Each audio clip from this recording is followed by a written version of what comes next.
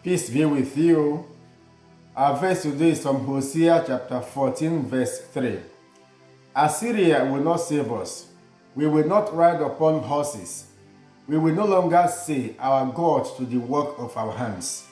In you the orphan finds mercy. This verse is a follow-up to the first two verses. In verse 1, the prophet addresses Israel in the second person singular, then switches to the second person plural in verse 2, and to the first person plural in our verse today, where the prophet includes himself in what appears both as an address to God and an appeal to the people. Three things are emphasized in this verse. 1. Assyria will not save them. 2. They will not depend on horses. And 3. They will no longer worship the works of human hand instead of God.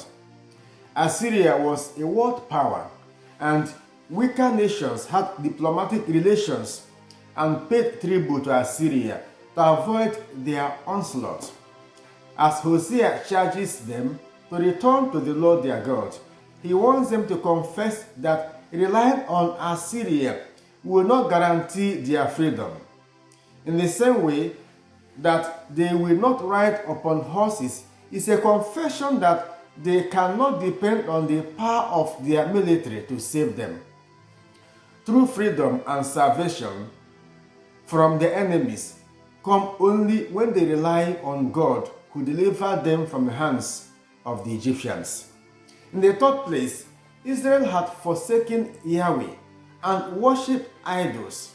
So the prophet invited them to return to their God with a promise no longer to worship man-made gods. Dear friends, this call to return to God is more urgent in our time, as our generation is relying on various forms of new Assyria for help instead of God, and many are dangerously turning away from God. Our generation is employing military powers and might to resolve conflicts instead of seeking the intervention of the God of peace and also being agents of peace ourselves. Our generation seems to be worshiping the modern civilization that humanity has created as a new religion instead of worshiping God, our Creator.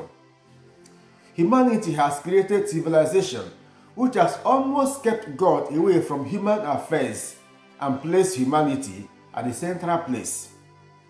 The prophet is reminding us and inviting us to know that this new Assyrian power cannot save our generation. Neither military might nor war establish peace between nations and between peoples.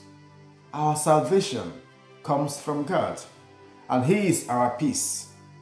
Worship of human creativity and atheism of all sorts cannot lead us to salvation. The prophet Hosea, who lived in a time of wrath, believed that Yahweh would come as he did in the past if only the people made a return to him with their hearts. We are all invited to return to God. The search for peace and for better livelihood in our current difficult situation has led many people away from God. Some people have embraced different abnormal lifestyles in a bid to make it in life.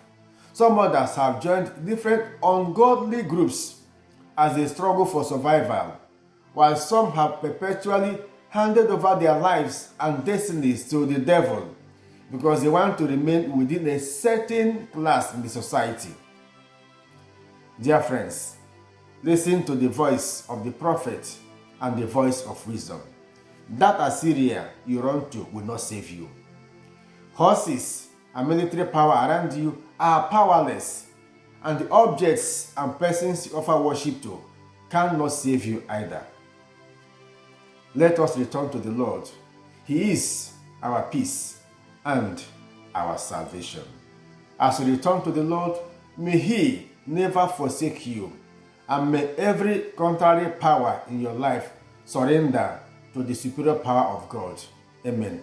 God bless you. Have a nice day.